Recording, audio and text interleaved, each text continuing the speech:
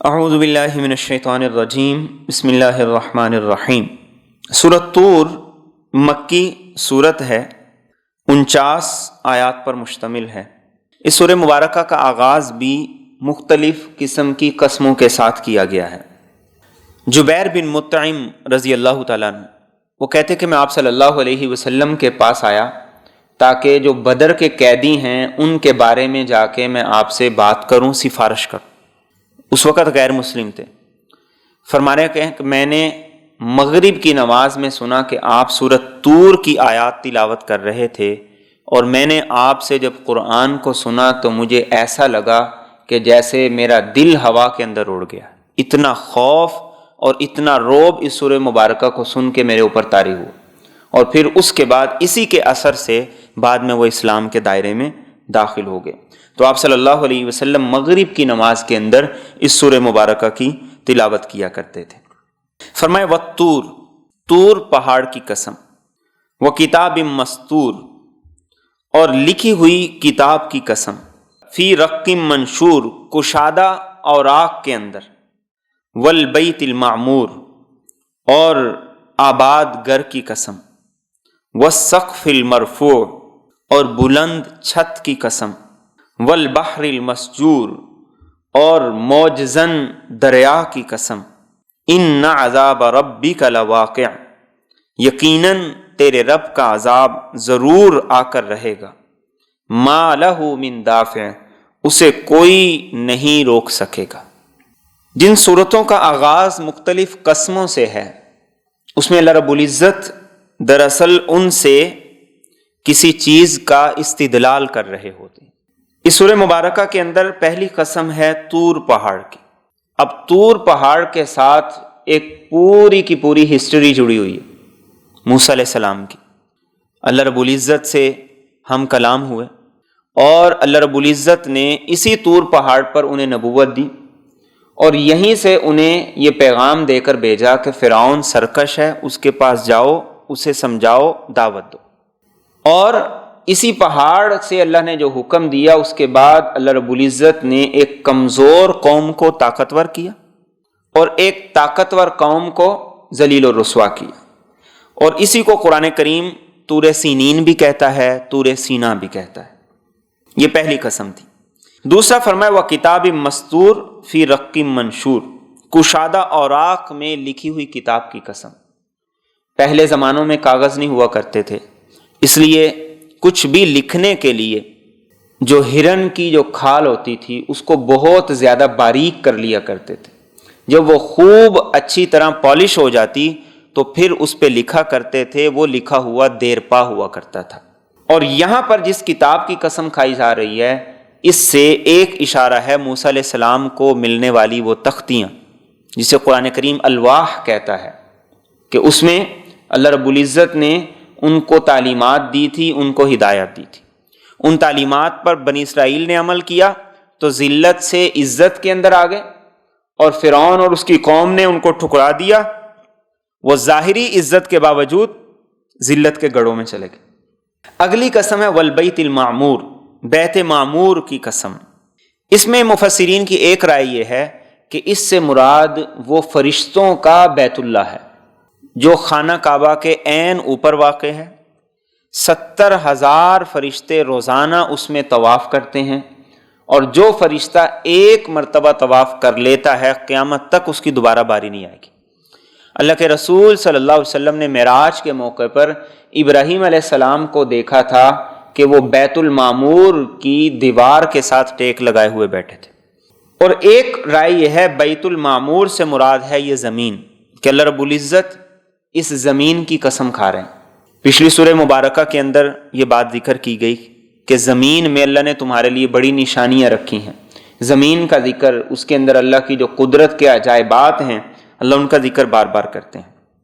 اور اگلی قسم ہے والسقف المرفوع، بلند چھت کی قسم۔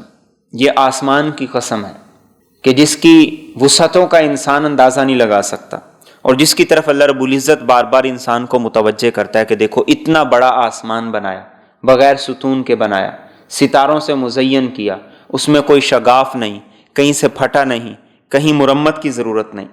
اور اگلی قسم والبحر المسجور، وہ دریا، وہ سمندر جو موج زن ہے، پانی سے بھرا ہوا ہے، اللہ رب العزت اس کی قسم کھا رہے ہیں۔ اور یہ قسم کھا کر اس سے بھی اللہ کی ایک بڑی قدرت کی طرف اشارہ ہے کہ اس کے پانی کو اللہ رب العزت نے کھارا بنایا، نمک والا بنایا۔ اب کتنی مخلوقات اس میں روزانہ مرتی ہیں، کتنی مچھلیاں، کتنی اور مخلوقات اس میں مرتی ہیں، لیکن پانی میں بدبو پیدا نہیں ہوتی۔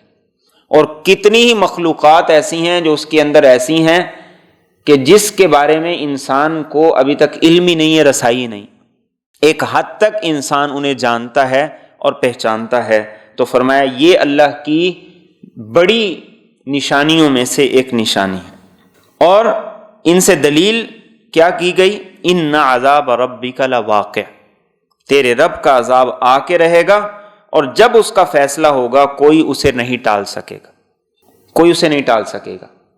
فرعون پر آیا، وہ اسے نہیں ٹال سکا، اور اس زمین پر جو رہنے والی قومیں تھیں جب وہ رب کی نافرمانی میں حد سے گزری، اللہ رب العزت نے اس زمین کے اندر انہیں دنسایا اور اس زمین میں ان کو غرق کیا۔ اور جن قوموں نے اللہ کی نافرمانی کی، اللہ رب العزت نے آسمان سے پتھروں کی بارش نازل کر کے ان کو تباہ و برباد کیا۔ والبحر المسجور، اور کئی قومیں ایسی کہ جنہیں اللہ رب العزت نے پانی کے ذریعے سے غرق کر دیا۔ تو فرمایا کہ تیرے رب کا عذاب آ سکتا ہے، اور وہ کسی بھی صورت آ سکتا ہے، اس کو آنے سے کوئی نہیں ٹال سکتا، جب اس کا حکم ہوگا وہ آ جائے گا۔ اور فرمایا یوم تمور السماء مورا، جس دن آسمان لرزنے لگے گا کپ کپا کر، وتسیر الجبال سیرا، اور پہاڑ اڑنے لگیں گے اون بن کر۔ انسان آسمان کو دیکھتا ہے اور ہزاروں سال سے بالکل اسی طرح موجود ہے، لیکن فرمایا کہ جب رب کا حکم آئے گا تو آسمان ایسے لرزے گا، ایسے کپ کپائے گا جیسے تیز آندھی کے اندر درخت دائیں سے بائیں ہلتے ہیں۔ وتسیر الجبال سیرا، آج پہاڑ اللہ کی عظمت کے نشان ہیں جو زمین کے اندر گڑے ہوئے ہیں، اور سائنس یہ کہتی ہے کہ جتنا پہاڑ کا حصہ باہر ہے اس سے 3 گنا زیادہ زمین کے اندر، لیکن فرمایا کہ جب رب کا حکم آئے گا تو زمین اپنا آپ چھوڑ دے گی، وہ پہاڑ روئی کے گالوں کی طرح اڑنا شروع ہو جائے گے۔ آج 7 کچھ پوائنٹ پہ اگر زلزلہ آ جائے تو اس دنیا میں کتنی تباہی ہوتی ہے۔ آپ تصور کیجئے وہ کتنا خوفناک قسم کا زلزلہ ہوگا، کتنی خوفناک قسم کی وہ تباہی ہوگی کہ جس وقت پہاڑ روئی کے گالوں کی طرح اڑتے ہوئے نظر آئیں گے اور زمین کا نظام درم برم ہوگا۔ فرمایا فویل یومئذ للمکذبین، تو اس دن جھٹلانے والوں کے لیے ہلاکت ہوگی۔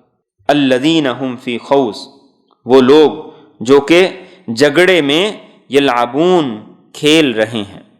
یوم یدعون، جس دن انہیں دھکے دیے جائیں گے، الی نار جہنم دعا، جہنم کی آگ کی طرف دھکیل کر۔ ہذہ النار، یہ ہے وہ آگ، التی کنتم بہا تکذبون، جسے تم جھٹلایا کرتے تھے۔ فرمایا جب قیامت آئے گی تو سب سے زیادہ خسارہ اس کو ہوگا جو قیامت کو مانتا نہیں تھا، اس پر ایمان نہیں رکھتا تھا، اس کو جھٹلایا کرتا تھا۔ اور جھٹلانے والے کون ہیں؟ الذین هم فی خوض یلعبون، جن کی زندگی کا مصرف ہی کوئی نہیں، مقصد ہی کوئی نہیں، کبھی ادھر وقت گزار دیے، کبھی ادھر وقت گزار دیے، کبھی اس کام میں لگ گئے، کبھی اس کام میں لگ گئے، کھیل تماشے کے اندر لگے ہوں، زندگی کو بامقصد نہیں بنایا۔ دین نے ہمیں اس چیز کی تعلیم دی ہے، اس چیز کی ترغیب دی ہے کہ بامقصد کام میں لگو، چاہے وہ دنیا کا ہو یا دین کا ہو، بامقصد کام میں اپنی زندگی کو گزارو، اپنی صلاحیتوں کو صرف کرو، چاہے دین کا ہو یا دنیا کا ہو۔ مسلمان نہ تو دین کے معاملے میں سنجیدہ ہے، نہ دنیا کے معاملے میں سنجیدہ ہے۔ مسلمان نہ دین کے معاملے میں سنجیدہ ہے، نہ دنیا کے معاملے میں سنجیدہ ہے۔ کاروبار کے معاملے میں بھی ہم ویسے کاروباری نہیں ہیں جیسی ملٹی نیشنل کمپنیاں کام کر رہی ہیں، ہماری صلاحیتیں اس معاملے میں بھی غلط استعمال ہو رہی ہیں۔ تعلیم کے مقابلے میں ہم دیکھ لیں، اس میں ہم پیچھے ہیں۔ ٹیکنالوجی کے مقابلے میں ہم دیکھ لیں، ہم اس میں پیچھے ہیں۔ کیوں؟ اس لیے کہ کھیل تماشے میں لگے، اپنی صلاحیتوں کو فضول کاموں میں لگا رہے ہیں۔ تو مسلمان کون ہے؟ مسلمان وہ ہے جو اپنی صلاحیتوں کو دین کے معاملے میں یا دنیا کے معاملے میں صحیح مصرف کے اندر خرچ کرے. اور فرمایا اس دن انہیں مجرموں کی طرح دھکے دے کے ذلیل کر کے جہنم کی طرف لے جایا جائے گا. اور اللہ فرمائیں گے کہ تم کہتے تھے کہ کون سا عذاب ہے، کون سی آگ ہے، کب آئے گا اور یہ کیسے ہوگا؟ فرمایا یہ وہ عذاب ہے جس کا تم انکار کرتے تھے. پھر ان سے پوچھا جائے گا افسحر ھذا، تو کیا یہ جادو ہے؟ ام انتم لا تبصرون، یا تمہیں نظر ہی نہیں آتا؟ اصلوھا، تم اس میں داخل ہو جاؤ. فاصبروا، تو تم صبر کرو. او لا تصبروا، یا تم صبر نہ کرو. سواء علیکم، تمہارے اوپر یہ برابر ہے. انما تجزون ما کنتم تعملون، تمہیں صرف اسی کی جزا دی جائے گی جو تم عمل کیا کرتے تھے. دنیا میں کہہ دیتے تھے یہ جادو ہے، افسانے ہیں، کہانیاں ہیں، مولویوں کی باتیں ہیں. تو فرمایا اس وقت پوچھا جائے گا کیا یہ جادو ہے؟ کیا ابھی بھی نظر نہیں آ رہا؟ اور اس وقت کہا جائے گا اس میں داخل ہو جاؤ. اب چاہے رو چاہے صبر کرو، اس سے نہیں نکل سکو گے، جان نہیں چھوٹے گی. اور اللہ کے رسول صلی اللہ علیہ وسلم نے ارشاد فرمایا کہ آخرت کی آگ، جہنم کی آگ دنیا کی آگ سے 69 گنا زیادہ تیز ہے. آج ہماری آگ لوہا پگھلا دیتی، تانبا پگھلا دیتی اور اسے بالکل مائع شکل کے اندر کر دیتی. تو اس وقت کہا جائے گا کہ اس کے اندر جاؤ، صبر کرو یا نہ صبر کرو. اور جہنم میں جن لوگوں کو ڈالا جائے گا، رسول اکرم صلی اللہ علیہ وسلم نے فرمایا اللہ رب العزت ان کے جسموں کو بڑا کر دیں گے اور ایک داڑھ ان کی احد پہاڑ کے برابر ہوگی. ایک داڑھ ان کی احد پہاڑ کے برابر ہوگی.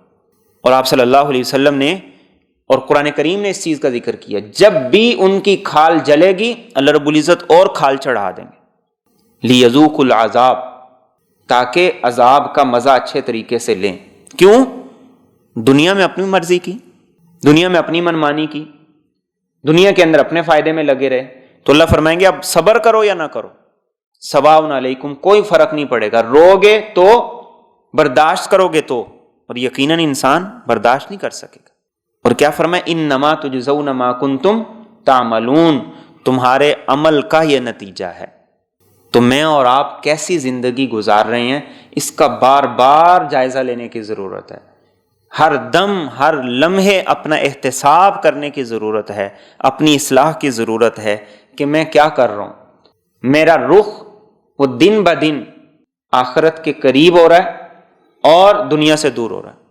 ہر لمحہ مجھے قبر کے قریب کر رہا ہے، دنیا سے دور کر رہا ہے. تو میری توجہ کدھر ہے؟ میرا عمل کیسا ہے؟ اللہ کے رسول صلی اللہ علیہ وسلم نے ارشاد فرمایا جس کا 2 دن کا عمل نیکی میں برابر ہو جائے وہ بھی خسارے میں. جس کا 2 دن کا عمل نیکی میں برابر ہو جائے وہ بھی خسارے میں. کیوں؟ اس کے دوسرے دن میں پہلے دن سے ترقی ہونی چاہیے تھی اور وہ برابر جا رہا ہے. اس لیے کہ جو برابر جا رہا ہے وہ آگے چل کے زوال کا شکار ہو جائے. اس لیے اس بات کی ضرورت ہے ہم بار بار اپنے عمل کا جائزہ لیں. فرمائے ان المتقین، یقیناً پرہیزگار، فی جنات و نعیم، جنتوں اور نعمتوں میں ہوں گے. فاکہین بما آتاہم ربہم، وہ خوشحالی سے لے رہے ہوں گے اس کو جو کچھ انہیں ان کا رب دے گا. ووقاہم ربہم، اور ان کے رب نے انہیں بچا لیا عذاب الجحیم، دوزخ کے عذاب سے. گزشتہ آیات میں ذکر تھا مجرمین کا انجام کیا ہوگا، ان کو کیسے عذاب سے واسطہ پڑے گا. آج کی آیات میں بتایا گیا فرما بردار لوگوں کے ساتھ اللہ رب العزت کیا سلوک کریں گے اور ان کی کس طرح عزت افزائی کی جائے گی. اور اس کا آغاز ہی اس بات سے کیا گیا کہ فرما بردار وہی ہے جو متقی ہے، پرہیزگار ہے، تقوی والا ہے. تقوی کی پہلی بنیاد، پہلا نقطہ ہے انسان کفر اور شرک سے بچے. اور تقوی کا آخری نقطہ یہ ہے کہ انسان مشتبہ چیزوں سے بھی بچے، جس کو دل نہیں مانتا انسان اسے بھی ترک کر دے. حرام تو اس سے بہت دور کی بات ہے. اس لیے اللہ کے رسول صلی اللہ علیہ وسلم نے فرمایا دع ما یریبک الی ما لا یریبک. آپ نے فرمایا جس چیز کے بارے میں شک و شبہ ہو، دل مطمئن نہ ہو، اس کو بھی چھوڑ دو، اس کو بھی ترک کر دو. تو یہ تقویٰ کا درجہ ہے کہ انسان حرام ہی نہیں بلکہ جو مشتبہ چیزیں ہیں جن کے بارے میں انسان کا دل مطمئن نہیں ہے، دل نہیں مانتا ہے، انسان ان کو بھی چھوڑ دے۔ تو فرمائے متقی لوگ اللہ کی طرف سے جنتوں میں ان کو ٹھکانہ دیا جائے گا، ہر طرح کی نعمتیں انہیں میسر ہوں گی۔ فاکہین بما آتاہم ربہم، جو ان کا رب دے گا وہ اسے خوشی کے ساتھ، دل کے اطمینان اور سکون اور فرحت کے ساتھ لے رہے ہوں گے، اور انہیں کسی قسم کی کوئی پریشانی نہیں ہوگی۔ اور فرمایا وَوَقَاهُمْ رَبُّهُمْ عَذَابَ الْجَحِيمِ، ان کے رب نے انہیں جہنم کے عذاب سے بچا لی۔ یعنی انسان کا عمل رب کی بارگاہ میں کوئی ایسی پاور اور قوت نہیں رکھتا کہ اللہ رب العزت اس کی وجہ سے اس کو بخش دے۔ کوئی بھی انسان کا عمل وہ رب کے شائن نشان نہیں ہو سکتا۔ تو فرمایا کہ تمہارے اعمال کی وجہ سے نہیں بلکہ رب نے اپنے خاص فضل سے تمہیں جہنم سے بچایا اور جنت کا حقدار بنا دی۔ اور فرمایا کلو واشربو، اللہ فرمائیں گے کھاؤ اور پیو، ہنی ان، مزے سے، بما کنتم تعملون، اس کے عوض جو تم عمل کیا کرتے تھے۔ اب یہاں پر بھی وہی بات بتائی، کل آیت نمبر 16 میں یہ بات تھی، انما تجزون ما کنتم تعملون، جہنم میں جانے والوں سے کہا جائے گا جو کر کے آئے ہو یہ اسی کا صلہ ہے، اسی کا نتیجہ ہے۔ اور جنت میں جانے والوں سے بھی یہی کہا جائے گا جو تم عمل کر کے آئے گو اس کے عوض میں مزے کے ساتھ اور سہولت کے ساتھ بغیر کسی مشقت اور تکلیف کے کھاؤ اور پیو، یہاں پر تمہیں کسی قسم کی مشقت اور تکلیف نہیں۔ گویا جنت کا تعلق بھی عمل کے ساتھ ہے اور جہنم کا تعلق بھی انسان کے عمل کے ساتھ ہے۔ اور یہی بات، یہی پیغام حضرت ابراہیم علیہ السلام نے رسول اکرم صلی اللہ علیہ وسلم کی وساطت سے معراج کے موقع پر مجھ تک اور آپ تک پہنچایا تھا۔ اور وہ کیا پیغام تھا کہ جنت ایک چٹیل میدان ہے، انسان جتنی محنت کرے گا اتنا وہ آباد ہو جائے گا، اور اس کی آبادی ان ظاہری چیزوں کے ساتھ نہیں، اس کی آبادی ہے اعمال کے ساتھ۔ اس لیے اللہ کے رسول صلی اللہ علیہ وسلم نے احادیث میں فرمایا کہ ایک مرتبہ انسان سبحان اللہ کہتا ہے تو جنت میں ایک درخت لگا دیا جاتا ہے۔ تو یہ چیز ہے جس نے جنت کو، جنت کے میدان کو اور ہماری اس حقیقی رہائش گاہ کو تیار کرنا ہے۔ اور کیا فرمایا کہ مزے سے کھاؤ۔ دنیا کے اندر انسان کو سب سے پہلے حلال اور حرام کی تمیز، پھر اس کے ساتھ ہر چیز جو انسان کھانا چاہے وہ کھا نہیں سکتا، ہر چیز جو انسان پینا چاہے پی نہیں سکتا، طبیعہ وارث ہیں، بیماریاں ہیں، پرہیز ہیں۔ پھر اس کے علاوہ انسان بسا اوقات کھانا چاہتا ہے، پیٹ بھر گیا ہے، کھا نہیں سکتا، کھا لیا ہے اب اس کے بعد اگلے خطرات ہیں۔ تو فرمایا کلو واشربو ہنیئا، یہ جنت ہوگی جہاں جنتی کھاتے جائیں گے اور وہاں نہ پیشاب ہوگا نہ پخانہ ہوگا، بلکہ اللہ کے رسول صلی اللہ علیہ وسلم نے فرمایا کہ ایک خوشبودار ڈکار آئے گی اور سب کا سب ہضم ہو جائے گا۔ اور آگے فرمایا متکئین علی سرر مصفوفہ، وہ ٹیک لگائے ہوئے ہوں گے ایسے تختوں پر جو قطار در قطار لگے ہوئے ہوں گے، کوئی ایک دوسرے سے منہ پھیر کے نہیں بیٹھے گا، کسی کی پشت دوسرے کی طرف نہیں ہوگی۔ یہ جنت کی خوبی ہے۔ دنیا کے اندر جگہ کی کمی ہوتی ہے، ایک کی پشت دوسرے کی طرف ہے، منہ سب کے ایک دوسرے کی طرف نہیں ہوتے۔ فرمایا جنت کی نشستیں اس ترتیب سے لگی ہوئی ہوں گی کہ سب ایک دوسرے کے آمنے سامنے ہوں گے، اور کیا ہوگا؟ متکئین، ٹیک لگائے ہوئے ہوں گے۔ انسان کس وقت آرام سے ٹیک لگا کے بیٹھتا ہے؟ جب وہ یہ سمجھتا ہے کہ اب سارے کام ختم ہو گئے، پھر وہ آرام سے اطمینان سے ٹیک لگا کے بیٹھتا ہے کہ اب میں فارغ ہو گیا۔ تو فرمایا کہ جنت میں انسان آرام سے مزے سے ٹیک لگا کے بیٹھے گا کہ اب کوئی بھی اللہ کا حکم نہیں ہے جس کو پورا کرنے کے لیے مجھے دوڑنا ہے، بھاگنا ہے، محنت کرنی ہے، کوشش کرنی ہے۔ اور کیا فرمایا؟ وَزَوَّجْنَاهُمْ بِحُورٍ عِینٍ، کہ جنتی عورتوں کو ہم ان کا رفیق بنا دیں گے، ان سے ان کا نکاح کر دیں گے۔ اور کیسی ہوں گی؟ حور عین، حور عین کہا گیا، یعنی وہ عورتیں جن کی رنگت بہت زیادہ گوری ہوگی اور ان کی آنکھیں خوبصورتی کی وجہ سے بہت بڑی بڑی ہوں گی۔ اللہ کے رسول صلی اللہ علیہ وسلم نے ان کی مختلف صفات کو احادیث طیبہ میں ذکر کیا۔ آگے فرمائے والذین آمنوا، اور وہ لوگ جو ایمان لے آئے، واتبعتہم ذریتہم بایمان، اور ان کی اولاد نے ایمان کے ساتھ پیروی کی، الحقنا بہم ذریتہم، ہم ان کے ساتھ ان کی اولاد کو بھی ملا دیں گے، وما التناہم من عملہم من شیء، اور ہم ان کے عمل میں سے کچھ بھی کم نہیں کریں گے، کل امرئ بما کسب رہین، ہر آدمی اپنے اعمال میں پھنسا ہوا ہے۔ انسان جنت میں جائے تو جنت کا لطف اور مزہ اس وقت تک نہیں ہوگا جب تک کہ اس کی بیوی، اس کے بچے، اس کی اولاد وہ ایک گھر کے اندر، ایک درجے کے اندر نہ رہے۔ تو فرمایا اللہ رب العزت وہاں انسان پر یہ کرم کر دے گا، لیکن اس کی ایک شرط لگائی، ماں باپ نیک ہوں، فرما بردار ہوں، اطاعت گزار ہوں۔ لیکن اولاد بھی نیک تھی، فرما بردار تھی، لیکن ماں باپ کے مقابلے میں نہیں تھی۔ جتنا ماں باپ نیک تھے اولاد ویسی نیک نہیں تھی۔ تو فرمایا ہم کیا کریں گے کہ اولاد کو اپنے فضل و کرم سے ماں باپ کے درجے میں شفٹ کر دیں گے، ان کی ترقی کر دیں گے، پروموشن کر دیں گے، اور ماں باپ کے عمل میں کوئی کمی نہیں کرے۔ قرآن کریم نے اور بھی دو جگہ پر، سورۃ رعد میں بھی، جنات عدن یدخلونها ومن صلح من آبائہم وازواجہم وذریاتہم، باپ کا بھی ذکر کیا اور بیویوں کا بھی ذکر کیا، اولاد کا بھی ذکر کیا۔ اور سورۃ غافر میں، جسے سورۃ مومن بھی کہا جاتا ہے، اس میں اللہ رب العزت نے فرشتوں کی دعا جو اللہ کے عرش کو اٹھاتے ہیں یہ ذکر کی کہ وہ اللہ سے دعا کرتے ہیں، ربنا وادخلہم جنات عدن التی وعدتہم ومن صلح من آبائہم وازواجہم وذریاتہم، کہ وہ یہ دعا کرتے ہیں کہ اللہ مومنوں کو بھی جنت میں داخل کر، اور ان کی بیویوں کو بھی اور ان کی نسلوں کو بھی۔ اور گویا اس میں اس بات کی طرف متوجہ کیا گیا کہ اپنی فکر کے ساتھ اپنی اولاد کی فکر بھی کرنی، خود بھی نیک بننا ہے، اولاد کی بھی اچھی تربیت کرنی ہے، اور یہی ماں باپ کا فریضہ ہے۔ اور آخری جملہ فرمائے کل امرئ بما کسب رہین، رہن کسے کہا جاتا ہے؟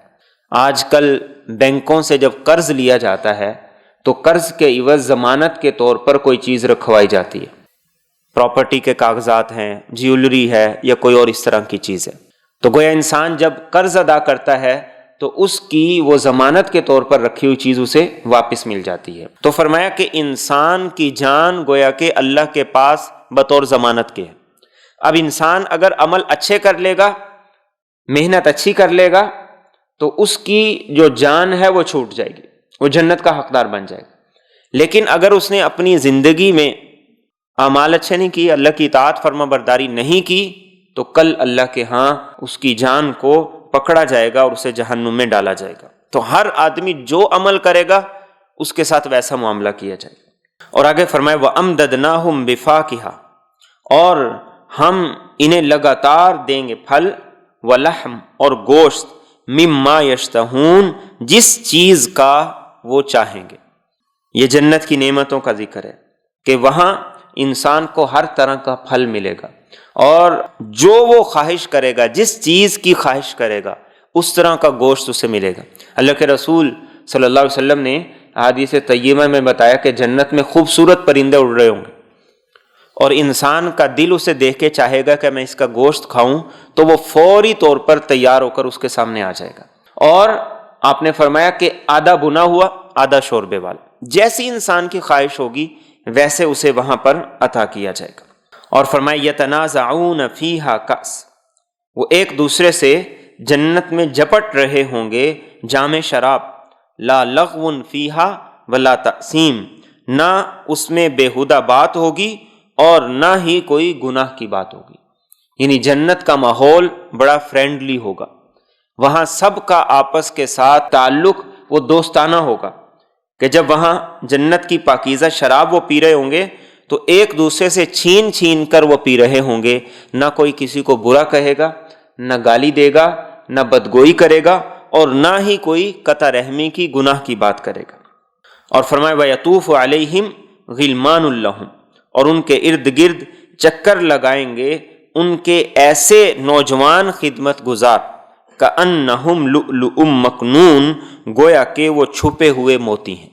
یعنی یہ جنت کے خدام ہوں گے جو جنتیوں کی خدمت کے لیے ان کے ارد گرد دوڑ رہے ہوں گے، سلیقہ مند ہوں گے، صاف ستھرے ہوں گے، اور ان کی خدمت کے لیے ہمہ وقت حاضر اور موجود ہوں گے۔ اور فرمایا وَأَقْبَلَ بَعْضُهُمْ عَلَى بَعْضٍ يَتَسَاءَلُونَ، وہ ایک دوسرے کی طرف رخ کر کے آپس میں سوال کریں گے۔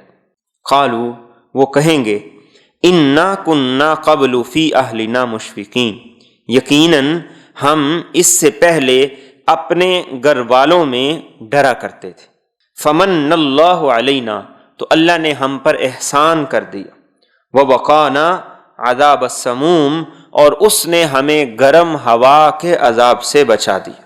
اِنَّا كُنَّا مِن قَبْلُ نَدْعُوهُ، یقیناً ہم اس سے پہلے اسے پکارا کرتے تھے۔ اِنَّهُ هُوَ الْبَرُّ الرَّحِيمُ، یقیناً وہی احسان کرنے والا نہایت مہربان۔ انسان جب لمبے سفر پہ جاتا ہے، اپنی منزل تک پہنچ جاتا ہے، تو پھر وہ واپسی آ کر بتاتا ہے کہ راستے میں میرا سفر کیسا رہا، کہاں کیا دقت آئی، کہاں کیا پریشانی آئی، کہاں پر کیا ہوا، کہاں پہ کیا نہ ہوا۔ تو فرمایا جنتی جب جنت میں بیٹھیں گے تو پھر دنیا کی باتیں شروع کر دیں گے، وہاں ایک دوسرے سے سوال کریں گے کہ بتاؤ کیا ہوا، کیسے زندگی گزار کیا ہے، کیسے یہاں تک پہنچے۔ تو وہ سب پہلی بات کیا کریں گے؟ پہلی بات یہ کریں گے کہ ہم دنیا میں جب رہتے تھے تو تب اللہ سے ڈرا کرتے تھے۔ انسان جب تک کسی چیز کا خوف نہیں رکھتا وہ اس سے بچ نہیں سکتا۔ جس چیز سے انسان ڈرتا ہے تو پھر انسان اس سے احتیاط بھی کرتا ہے، پرہیز بھی کرتا ہے۔ ہم ماسک کیوں لگاتے ہیں؟ لوگوں سے فاصلے پہ کیوں رہتے ہیں؟ ایک بیماری کا ڈر ہے، خوف ہے۔ تو فرمایا کہ ہم دنیا میں اللہ سے ڈرا کرتے تھے، اس کا خوف ہمارے اندر تھا، اور اس ڈر اور خوف کی وجہ سے اللہ رب العزت نے ہمیں کامیاب کیا، احسان کیا، جہنم کے عذاب سے بچا لیا۔ اور دوسری بات وہ کیا کہیں گے؟ اِنَّا كُنَّا مِن قَبْلُ نَدْعُوهُ، دنیا میں ہم اللہ سے دعا کیا کرتے تھے، اور وہ دعا کیا تھی کہ اللہ ہمیں جہنم سے بچا، اس کے عذاب سے بچا، اپنی پکڑ سے بچا، اپنی ناراضگی سے بچا۔ یہ دعا ہم اللہ سے کیا کرتے تھے، اللہ نے ہم پہ احسان کیا، مہربانی کی، اور ہم کو کامیابی کا پروانہ عطا کر دی۔ تو یہ دونوں چیزیں ضروری ہیں، انسان رب سے ڈرے بھی، اس کا خوف بھی رکھے، اور اس کے ساتھ ساتھ پھر اس سے دعا بھی کرے، اس سے سوال بھی کرے۔ آگے اللہ رب العزت مخاطب کر رہے ہیں خاص طور پہ مکہ کے مشرکین کو، جو آپ صلی اللہ علیہ وسلم پر طرح طرح کے الزامات لگا رہے تھے اور آپ کو ہر طرح سے زج کر رہے تھے، آپ کی دعوت میں، آپ کے مشن میں رکاوٹ تھے۔ فرمائے فذکر، آپ بار بار نصیحت کیجیے۔ فما انت بنعمت ربک، اپنے رب کے فضل سے آپ نہیں ہیں بکاہن، نہ کاہن، ولا مجنون، اور نہ دیوانے۔ یہ آپ کو تسلی دی گئی۔ یہ میرے اور آپ کے نبی کا اعزاز ہے کہ اللہ رب العزت خود آپ کا دفاع کرتے۔ سابقہ انبیاء پر جب الزامات لگائے جاتے تھے تو وہ اپنی صفائی پیش کرتے تھے، تو اللہ نے فرمایا کہ آپ کے رب کا آپ پہ فضل ہے، نہ آپ کاہن ہیں نہ آپ دیوانے ہیں۔ وہ کہتے تھے کہ آپ کاہنوں کی طرح باتیں کرتے تھے، اور کاہنوں کے باتیں کرنے کا انداز یہ ہوتا تھا کہ وہ بڑی قافیہ بنا کے، جملے بنا کے، مسجع اور مکفہ باتیں کیا کرتے تھے۔ تو وہ کہتے تھے کہ آپ بھی کاہن ہیں، جیسے وہ باتیں کرتے ہیں آپ بھی باتیں کرتے ہیں۔ اور کبھی کہتے تھے کہ آپ دیوانے ہیں، مجنون ہیں، مرگی کا نعوذ باللہ آپ کو دورہ پڑتا ہے، اس لیے آپ اس طرح کی باتیں کرتے ہیں۔ فرمایا کہ یہ آپ پر آپ کے رب کا فضل ہے، نہ آپ کاہن ہیں نہ مجنون۔ آگے فرمایا ام یقولون شاعر، کیا یہ لوگ کہتے ہیں کہ یہ شاعر ہے؟ نتربص بہ ریب المنون، ہم اس کے حق میں زمانے کے حادثات کا انتظار کر رہے ہیں۔ قل، آپ کہہ دیجئے، تربصوا، تم انتظار کرو، فإنی معکم من المتربصین، تو یقیناً میں بھی تمہارے ساتھ انتظار کرتا ہوں۔ کبھی وہ کہتے ہیں کہ آپ شاعر ہیں، آپ کی باتیں ایسی ہیں جیسے شاعروں کی باتیں ہوتی۔ قرآن کریم نے جگہ جگہ اس چیز کی نفی کی ہے، اور انہیں یہ بتایا کہ شاعروں کی باتیں کہاں اور یہ قرآن کہاں، ان دونوں کا آپس میں کوئی جوڑ ہی نہیں ہو سکتا۔ شاعروں کی باتیں ہوتی ہیں مبالغے پر، کسی کی تعریف کی تو اتنا چڑھا دیا کہ آسمانوں تک لے گئے، اور کسی کی مذمت کی اسے اتنا گرا دیا کہ ساتوں زمینوں کے نیچے جا کے دنسا دی۔ تو وہ کہتے تھے کہ یہ شاعر ہے، جیسے شاعر ہوتا ہے اسے زندگی میں عروج ملتا ہے، ایک دن پھر اس کی موت آتی ہے تو اس کا نام و نشان مٹ جاتا ہے، تو ان کے ساتھ بھی ایسا ہوگا۔ تو فرمایا آپ انہیں کہیے کہ ٹھیک ہے، تم بھی انتظار کرو، میں بھی انتظار کرتا ہوں، دیکھتے ہیں ہوتا کیا ہے۔ اور آج دنیا دیکھ رہی کہ وہ مٹ گئے جو آپ کو مٹانے کی کوششوں میں تھے، جو آپ کے راستے کی رکاوٹ تھے، لیکن آپ کا نام، آپ کی شان، آپ کا مقام وہ آج بھی دنیا میں زندہ اور جاوید ہے۔ آگے فرمائے ام تأمرہم احلامہم بہذا، کیا ان کی عقلیں انہیں اسی بات کا حکم دیتی ہیں؟ ام ہم قوم طاغون، بلکہ یہ لوگ سرکش ہیں۔ وہ کہتے تھے ہم بڑے عقل مند ہیں، بڑے سمجھدار ہیں، تو اللہ رب العزت نے ان سے سوال کیا کہ بتاؤ عقل مند ہو تو اس طرح کی باتیں کرو، کبھی تم کہتے ہو شاعر، کبھی کہتے ہو مجنون، کبھی کہتے ہو کاہن، اور کبھی کہتے ہو یہ خود بناتے ہیں، کبھی کہتے ہو کسی اور سے سیکھتے ہیں، کبھی کہتے ہو کوئی غلام سکھاتا ہے۔ اگر تم عقل مند ہو تو کیا یہ باتیں عقل مندی کے تقاضے کے مطابق ہیں؟ یہ کیسی عقل مندی؟ فرمایا اصل بات ہے بل ہم قوم طاغون، سرکش ہو، باغی ہو، نافرمان ہو، حد سے تجاوز کر رہے ہو، تم دراصل اپنے آپ کو اطاعت کے دائرے میں لانا نہیں چاہتے، اس لیے اس سے بچنے کے لیے بہانے لگاتے۔ روزمرہ کی روٹین میں بھی ایسا ہی ہے، بچے ایسا ہی کرتے ہیں، جنہوں نے جو کام نہیں کرنا ہوتا تو وہ کیا کرتے، بہانہ لگاتے ہیں، ایک بہانہ پیش کریں گے، دوسرا پیش کریں گے، تیسرا پیش کریں گے، ایک عذر پیش کریں گے، دوسرا عذر پیش کریں گے۔ تو فرمایا کہ ان کا مسئلہ بھی یہ ماننا نہیں چاہتے، اس لیے کبھی ایک الزام لگا دیتے ہیں، کبھی دوسرا لگا دیتے ہیں، کبھی تیسرا لگا دیتے ہیں۔ ام یقولون تقولا، کیا یہ لوگ کہتے ہیں کہ پیغمبر نے قرآن خود بنا لیا ہے؟ بل لا یؤمنون، بلکہ یہ ایمان نہیں رکھتے۔ فلیأتوا بحدیث مثلی، تو انہیں چاہیے کہ اس جیسی ایک بات لے آئیں، ان کانوا صادقین، اگر یہ سچے ہیں۔ کبھی کبھی وہ یہ بھی کہتے تھے کہ آپ نے خود بنایا، آپ کے ذہن میں خیالات چلتے رہتے ہیں، صبح اٹھ کے آپ ہمارے سامنے آ کے بیان کر دیتے ہیں۔ تو قرآن کریم نے کہا اصل بات ہے بل لا یؤمنون، تم ایمان والے نہیں ہو، تمہارے اندر ایمان کی خوبی نہیں۔ اور اگر یہ بات ایسا ہی ہے تو پھر اس قرآن جیسی کوئی ایک بات، ایک کلام بنا کے دکھاؤ۔ مختلف چیلنج قرآن کریم نے ان لوگوں کو دیے تھے۔ ایک یہ تھا قل لئن اجتمعت الانس والجن علی ان یأتوا بمثل ھذا القرآن، اس قرآن جیسا کوئی کلام بنا کے دکھاؤ۔ فرمایا سارے جن و انسان بھی مل جائیں نہیں بنا سکتے۔ پھر وقت گزر گیا، دوسرا چیلنج قرآن کریم نے دیا فأتوا بعشر سور مثلی، پورا قرآن نہیں بنا سکتے، 114 صورتیں نہیں بنا سکتے، چلو 104 کم کر کے 10 بنا دو۔ کوئی جواب نہیں، بڑے بڑے شاعر موجود۔ پھر قرآن کریم نے تیسرے نمبر پر کہا فأتوا بسورۃ من مثلی، کوئی ایک سورت ہی بنا دو۔ اگر یہ کہتے ہو کہ یہ آپ نے خود گڑھا ہے، خود بنایا ہے، اس پر بھی کوئی نہیں۔ یہ آخری بات تھی جو آج کی آیت میں فَلْيَأْتُوا بِحَدِيثٍ مِّثْلِ، ایک آیت اس قرآن جیسی، جو ایسی فصیح ہو، ایسی بلیغ ہو، جس میں کلام ایسا ہو اور جس کے اندر الفاظ کا چناؤ ایسا ہو، پیغام ایسا ہو، وہ انسان کو ایسے جھنجھوڑتی ہو، ایک آیت بنا کے دکھاؤ۔ اور آج تک یہ چیلنج موجود ہے، لیکن کوئی اس جیسی ایک آیت بھی بنا کے نہیں دکھا سکتا۔ اور جنہوں نے کوئی دعوے کیے بھی، ان کے دعوے ان کی قوموں نے مسترد کر دی، لوگوں نے مسترد کر دی۔ اب آگے اللہ رب العزت نے ان سے مزید سوالات کیے اور ان سوالات کو ذکر کیا۔ فرمایا ام خلقوا من غیر شیء، کیا یہ کسی کے پیدا کیے بغیر ہی پیدا ہو گئے؟ ام ہم الخالقون، یا یہ خود ہی اپنے آپ کو پیدا کرنے والے ہیں؟ ام خلقوا السماوات والارض، کیا انہوں نے آسمانوں اور زمین کو پیدا کیا؟ بل لا یوقنون، بلکہ یہ یقین ہی نہیں رکھتے۔ مشرکین یہ مانتے تھے کہ ہمیں رب نے پیدا کیا، آسمان اور زمین کو رب نے پیدا کیا۔ تو اللہ رب العزت نے ان سے پہلا سوال یہ کیا کہ بتاؤ کسی کے بنائے بغیر بن گئے ہو؟ اس کا جواب نفی میں۔ دوسرا سوال یہ کیا کہ بتاؤ کہ اپنے خالق تم خود ہو؟ اس کا جواب بھی نفی میں۔ تیسرا سوال یہ کیا کہ آسمان اور زمین کو کیا تم نے پیدا کیا ہے؟ اس کا جواب بھی نفی میں ہے۔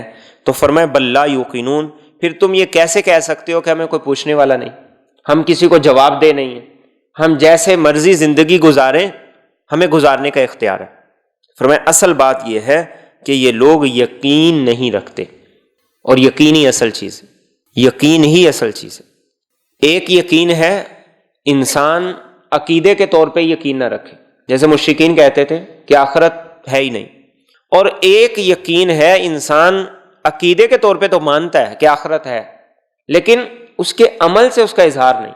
آج مسلمان اس خرابی میں مبتلا ہیں کہ وہ یہ تو کہتے ہیں کہ آخرت ہے، لیکن ان کے عمل سے نہیں لگتا کہ آخرت ہے۔ وہ یہ تو کہتے ہیں کہ ہم رب کے سامنے جواب دہ ہوں گے، لیکن ان کے عمل سے نہیں لگتا کہ ان کا عمل ایسا ہے کہ وہ رب کے سامنے جواب کی تیاری کر رہے ہیں۔ آگے فرمایا ام عندہم خزائن ربک، کیا ان کے پاس تیرے رب کے خزانے ہیں؟ ام ہم المسیطرون، یا یہ خود داروغے ہیں؟ اس میں بھی دو سوالات کیے گئے۔ وہ اپنے مال پہ، اپنی سرداری پہ بڑا غرور کیا کرتے تھے، بڑا ان کو گھمنڈ تھا۔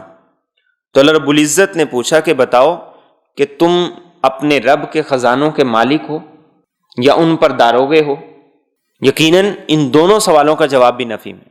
نہ ان کے پاس رب کے خزانے، ان کے پاس جو بھی وہ رب کی عطا ہے، اور نہ ہی یہ اس معاملے میں کوئی اختیار رکھتے ہیں۔ تو جب سب کچھ رب کی عطا ہے تو پھر اس کی وجہ سے گھمنڈ کس بات کا، غرور کس بات کا، دوسروں کی حقارت کیوں؟ اور یہی وہ چیز تھی جس نے پہلی قوموں کو سرکش بنایا۔ گزشتہ سورہ مبارکہ میں یہی بات گزری، فرعون نے اپنی طاقت کے گھمنڈ پر سرکشی اختیار کی، اور یہ بھی کہتے تھے کہ اگر نبوت نازل ہونی ہوتی تو کسی مکہ کے سردار پر، کسی طائف کے سردار پہ آتی۔ نبوت اس شخص پہ آئی جو کہ یتیم ہے، جس کے پاس جائیداد نہیں ہے اور جس کے پاس بڑی بڑی پراپرٹیاں نہیں۔ تو اللہ رب العزت پوچھ رہے ہیں کہ بتاؤ کہ تمہارے رب کے خزانے تمہارے پاس ہیں یا تم ان پہ داروغے ہو، اس کے اختیارات تمہارے پاس ہیں؟ نہیں، یہ رب کی عطا ہے، یہ رب کی تقسیم ہے، لہذا اس بنیاد پر تم گھمنڈ نہ کرو۔ آگے ایک اور سوال کیا، ام لہم سلم یستمعون فیہ، کیا ان کے پاس کوئی سیڑھی ہے جس پہ چڑھ کر یہ باتیں سنتے ہیں؟ فَلْيَأْتِ مُسْتَمِعُهُمْ بِسُلْطَانٍ مُبِينٍ، تو ان میں سے سننے والا کوئی صریح دلیل لے کر آئے۔ اب یہ جتنے الزامات آپ صلی اللہ علیہ وسلم پہ لگاتے تھے بے بنیاد تھے، کوئی حقیقت نہیں تھی، اور آپ صلی اللہ علیہ وسلم جو باتیں کر رہے تھے ان باتوں کے پیچھے دلیل بھی تھی، دلائل بھی تھے، بنیاد بھی تھی اور معقول بھی تھے۔ فرمایا جو کچھ تم کہتے ہو، کیا تمہارے پاس کوئی ایسی سیڑھی ہے جو تم نے آسمانوں پہ لگا کے وہاں فرشتوں کی باتیں سن لی ہیں اور اس بنیاد پہ تم ساری یہ باتیں کہہ رہے ہو؟ یقیناً ایسا بھی نہیں تھا، صرف اندازے تھے اور ادھر ادھر کی باتیں ملا کے یہ اپنا نظام چلا رہے تھے۔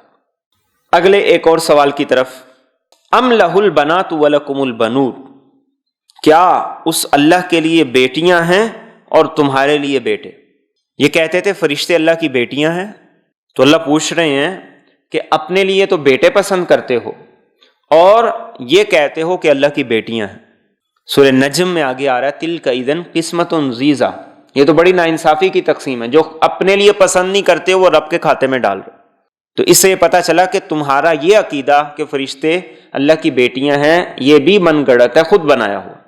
اگلا سوال، ام تسألہم اجرا فہم من مغرم مثقلون، کیا آپ ان سے کوئی صلہ مانگتے ہیں؟ فہم من مغرم مثقلون، کہ یہ اس تاوان کی وجہ سے بوجھل ہو رہے ہیں۔ یعنی یہ بتاؤ کہ آپ صلی اللہ علیہ وسلم جو محنت کر رہے ہیں، تمہارے پیچھے دوڑ رہے ہیں، اپنا آپ کھپا رہے ہیں، کیا وہ تم سے کسی معاوضے کا مطالبہ کر رہے ہیں؟ بالکل بھی نہیں. ان کا تو صاف اعلان ہے ما اسألکم علیہ من اجر، میں کسی اجر کا، کسی معاوضے کا تم سے سوال نہیں کرتا. اور اس میں اشارہ بھی تھا کہ جن بتوں کی تم عبادتیں کرتے ہو، پرستش کرتے ہو، نذرانے دیتے ہو، اور جن کے تم مجاور بن کے بیٹھے ہوئے ہو، وہاں تمہیں بڑا کچھ خرچ کرنا پڑتا ہے، بڑا کچھ دینا پڑتا ہے، اور یہاں وہ بے لوث ہو کر تمہاری آخرت کے لیے، اس کے فائدے کے لیے تمہارے پیچھے لگے ہوئے ہیں، لیکن تم ماننے کے لیے تیار ہی نہیں. اگلا سوال، ام عندہم الغیب فہم یکتبون، کیا ان کے پاس غیب کا علم ہے کہ وہ اسے لکھ لیتے ہیں؟ کوئی ایسی دلیل، کوئی ایسی سابقہ آسمانی کتاب تمہارے پاس ہو جس سے پڑھ پڑھ کے تم یہ باتیں کرتے ہو، وہ ہے تو وہ دکھا دو. یقیناً ایسی بھی کوئی نہیں تھی. اگلا سوال، ام یریدون کیدا، کیا یہ کوئی سازش کا ارادہ کرتے ہیں؟ فالذین کفروا ہم المکیدون، تو وہ لوگ جنہوں نے کفر کیا وہ خود مکر کیے گئے ہیں. یہ مختلف سازشیں کرتے تھے دارالندوہ میں بیٹھ کے، روزانہ میٹنگز ہوتی تھی ان کی، پارلیمنٹ کا وہاں اجلاس ہوا کرتا تھا کہ اب کیا کیا جائے. کبھی کچھ مشورہ ہوتا، کبھی کوئی سازش ہوتی، کبھی کوئی سازش ہوتی. تو فرمایا کہ یاد رکھو جو بھی سازش کرو گے اس سازش کا شکار تم خود بنو گے، تمہاری ہر سازش ناکام ہوگی. اور اللہ رب العزت نے ناکام کر کے دکھایا. انہوں نے جو بھی سازش کی وہ ناکام ہوتی گئی، اور آپ کا مشن، آپ کی دعوت آگے بڑھتی گئی. اگلا سوال، ام لہم الہ غیر اللہ، کیا ان کا اللہ کے سوا کوئی معبود ہے؟ سبحان اللہ عما یشرکون، اللہ پاک ہے ان سے جن کو یہ اس کا شریک ٹھہراتے ہیں. اللہ کے سوا کوئی معبود ہے تو بتاؤ. اب جس کو بھی معبود کے طور پہ پیش کریں، اب ثابت کرنا پڑے گا وہ معبود کیسے ہے. وہ تو خود محتاج ہے. ان کے آستانے تم چلاتے ہو، نہ چلاؤ تو ان کی خدائی نہ چلے. ان معبودوں کی عبادت تم کرتے ہو، نہ کرو تو ان کی شان میں فرق پڑے. ان کی حفاظت تم کرتے ہو، نہ تم حفاظت کرو تو ان پر جانور آ کر اپنا پیشاب کر دیتے. تو فرمائے سبحان اللہ عما یشرکون، صرف اللہ ہی معبود ہے. اور آگے فرمائے وَإِن يَرَوْا كِسْفًا مِّنَ السَّمَاءِ سَاقِطًا، اور اگر یہ آسمان سے کوئی ٹکڑا گرتا ہوا دیکھیں، یقولوا سحاب مرقوم، تو یہ کہیں گے کہ یہ تہ بتہ بادل ہے. یہ کہتے تھے کہ آپ اگر اللہ کے سچے نبی ہیں فَأَسْقِطْ عَلَيْنَا كِسَفًا مِّنَ السَّمَاءِ، تو اللہ سے بد دعا کریں کہ آسمان کا ٹکڑا ہم پہ گرے، ہم سارے کے سارے تباہ و برباد ہو جائیں. تو اللہ رب العزت نے یہاں پر یہ فرمایا کہ آسمان کا ٹکڑا اگر ان پر گرے گا اور یہ دیکھ بھی لیں تو یہ کہیں گے یہ بادل ہے، یہ آسمان نہیں، اور یہ اس عذاب کے اندر آ کے تباہ و برباد بھی ہو جائے. سورۃ احقاف میں اللہ رب العزت نے ذکر کیا کہ قوم عاد وہ اپنے نبی سے کہتے تھے کہ ہم پہ عذاب آ جائے. اللہ رب العزت نے ان پر بادل بھیجا، تو انہوں نے کیا کہا؟ یہی کہا ھذا عارض ممطرنا، بادل آیا، بارش آئے گی اور ہمارے کھیت لہلہانے لگیں گے. لیکن کیا تھا؟ وہ بادل نہیں تھا، وہ اللہ کا عذاب تھا.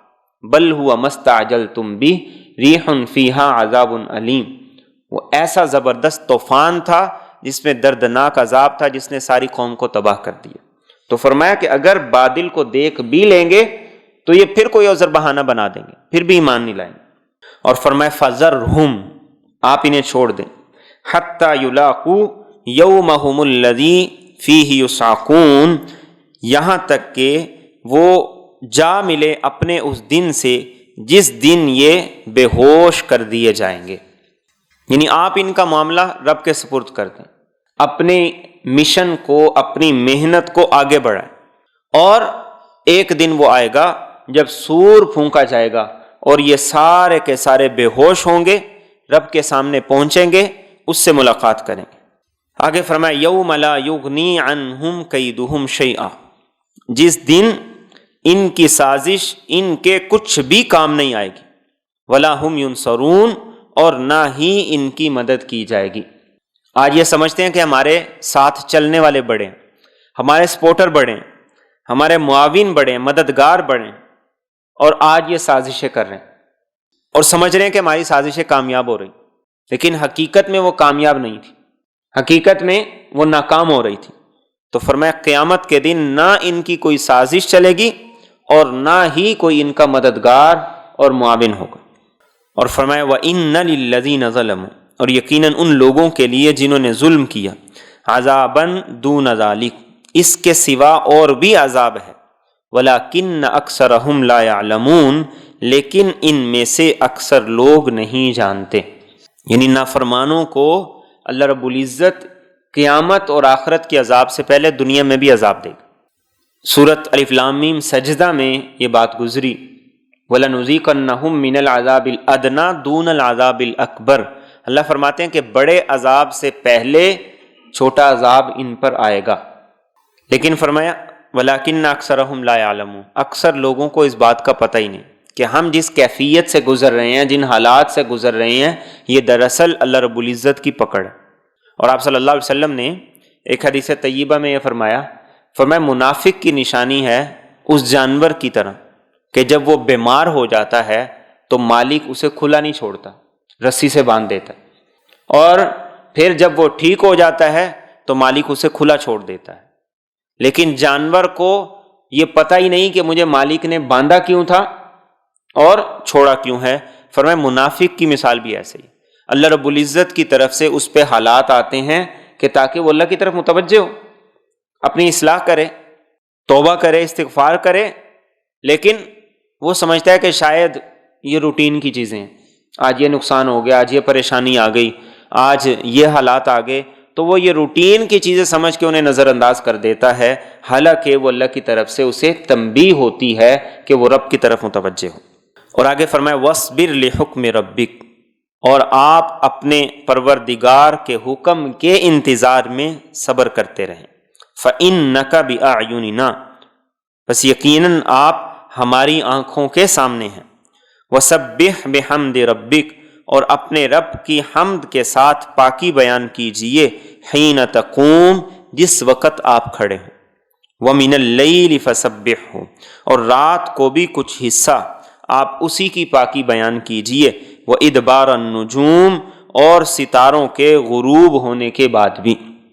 یہ آپ صلی اللہ علیہ وسلم کو حکم دیا گیا، آپ کو فرمایا گیا کہ آپ کیا کیجئے، اللہ کے حکم کے انتظار میں صبر کیجئے، صبر کرتے رہیں، ثابت قدم رہیں اور اپنے مشن پہ چلتے رہیں۔ اور آگے بڑی خوبصورت بات فرمائی فَإِنَّكَ بِأَعْيُنِنَا، آپ ہماری آنکھوں کے سامنے، ہم آپ کو دیکھ رہے ہیں، ہماری توجہ آپ کی طرف ہے۔ اللہ رب العزت تو ہر وقت اس کائنات کے ذرے ذرے سے واقف ہیں، لیکن یہ فرمایا فَإِنَّكَ بِأَعْيُنِنَا، اور یہ آپ صلی اللہ علیہ وسلم سے محبت کا انداز۔ موسیٰ علیہ السلام کا ذکر اللہ رب العزت نے قرآن کریم میں کیا، فرمایا وَلِتُصْنَعَ عَلَىٰ عَيْنِي، کہ آپ میری آنکھ کے سامنے، آپ کی پرورش ہوگی، سارے معاملات سر انجام ہوں گے۔ لیکن یہاں کیا فرمایا کہ ہماری آنکھوں کے سامنے آپ ہیں، یہ آپ کو تسلی دی گئی۔ اور یہ ہر اس شخص کے لیے جو اپنے رب کے حکم پر ڈٹا ہوا ہے، استقامت کے ساتھ لگا ہوا ہے، اس کی اطاعت اور فرما برداری کر رہا ہے۔ اور اگلا حکم کیا دیا کہ جس وقت آپ کھڑے ہوں اس وقت آپ اپنے رب کی حمد اور تسبیح بیان کریں۔ کب کھڑے ہوں؟ ایک مطلب ہے نماز کے لیے، اس لیے ہم جب نماز کے لیے کھڑے ہوتے ہیں، نماز کا آغاز کرتے ہیں سبحانک اللہم وبحمدک، سبحانک اللہم، یہ اللہ کی تسبیح ہے، وبحمدک، یہ اللہ کی حمد ہے۔ ایک تفسیر یہ ہے کہ جس وقت آپ کسی مجلس سے اٹھیں، اس لیے آپ صلی اللہ علیہ وسلم نے ارشاد فرمایا جب کسی مجلس میں بیٹھو جہاں بات چیت ہو، مختلف موضوعات چل رہے ہوں، جب اس سے کھڑے ہو تو پھر مجلس کے اختتام کی دعا پڑھو، سبحانک اللہم وبحمدک اشہد ان لا الہ الا انت استغفرک واتوب الیک، یہ کلمات پڑھ کے مجلس کو ختم کرو، اللہ اس مجلس میں جتنی غلطیاں ہوئی ہیں ان کو معاف کر دیں گے۔ ایک یہ مراد ہے، اور ایک مراد یہ ہے کہ جب آپ تہجد کے لیے بیدار ہوں، سورہ شعراء میں یہ بات گزری الذی یراک حین تقوم وتقلبک فی الساجدین انہ ھو السمیع العلیم، کہ جب آپ تہجد کے لیے اٹھتے ہیں تو اللہ آپ کو دیکھ رہا ہوتا، اللہ کی نظر کرم آپ پہ ہوتی، حالانکہ وہ تو ہر وقت دیکھ رہا ہے، لیکن اللہ کی خاص عنایت اس وقت ہوتی ہے بندے کی طرف جب وہ تہجد کے لیے بیدار ہوتا ہے۔ تو فرمایا حین تقوم، اور آپ صلی اللہ علیہ وسلم جب اٹھتے تھے سورۃ آل عمران کی آخری آیات تلاوت فرماتے اور چوتھا کلمہ پڑھتے، الحمدللہ اللہ اکبر لا الہ الا اللہ واللہ اکبر ولا حول ولا قوت الا باللہ العلی العظیم، یہ کلمات آپ پڑھا کرتے تھے۔ اور حین تقوم سے ایک اشارہ اس بات کی طرف بھی ہے کہ جب آپ لوگوں میں دعوت کے لیے اللہ کا پیغام پہنچانے کے لیے کھڑے ہوں تو اس کا آغاز اللہ کی تسبیح اور اس کی پاکی سے کیجیے۔ اور اگلی بات کیا فرمائی، وَمِنَ اللَّيْلِ فَسَبِّحْ، رات کا کچھ حصہ بھی اللہ کی پاکی بیان کیجیے۔ اس میں نمازیں بھی ہیں، مغرب کی نماز ہے، عشاء کی نماز ہے اور تہجد کی نماز بھی ہے، کہ خاص طور پر اس میں اللہ کی تسبیح بیان کیجیے، اللہ کو وہ کلمات جو بڑے محبوب ہیں، سبحان اللہ و بحمدہ سبحان اللہ العظیم، ان کلمات کی تسبیح، ان کلمات کا زبان پر ورد، یہ فرمایا کہ رات کو ہونا چاہیے۔ گویا کہ رات کے معمولات میں سے ایک عمل یہ تسبیحات ہے۔ اور وَإِدْبَارَ النُّجُومِ، ستاروں کے چلے جانے کے بعد، جب ستارے غروب ہو جاتے ہیں تو اس کے بعد فجر آ جاتی، تو گویا کہ اپنی صبح کا آغاز نماز سے کرو، اللہ کی تسبیح اور اس کی پاکی سے کرو۔ اور رات اور صبح کے اندر صبح اور شام کے اذکار بھی ہیں، صبح و شام کی دعائیں بھی ہیں جن سے رسول اکرم صلی اللہ علیہ وسلم اپنے دن کا اور اپنی شام کا آغاز کیا کرتے تھے، تو یہ بھی اس کے اندر شامل ہیں۔ تو تسبیحات یہ میرے اور آپ کے معمول میں ہونی چاہیے کہ اس سے میرے اور آپ کا دل پاکیزہ ہوگا۔ اللہ کے رسول صلی اللہ علیہ وسلم نے فرمایا کہ جیسے لوہے کو زنگ لگ جاتا ہے دلوں کو بھی زنگ لگتا ہے۔ تو صحابہ نے پوچھا یا رسول اللہ صلی اللہ علیہ وسلم دل کا زنگ کیسے اترے گا؟ تو آپ نے فرمایا قرآن کی تلاوت سے اور اللہ کے ذکر سے۔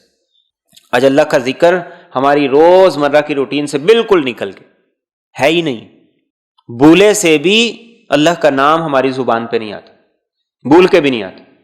تو جب زندگی میں نہیں آتا موت کے وقت کیسے آئے گا؟ موت کے وقت تب آئے گا جب زندگی میں زبان پہ اللہ اللہ رہے گا، اور جب زندگی میں رہے گا تو قبر میں بھی یاد آئے گا، پھر آخرت میں بھی یاد آئے گا۔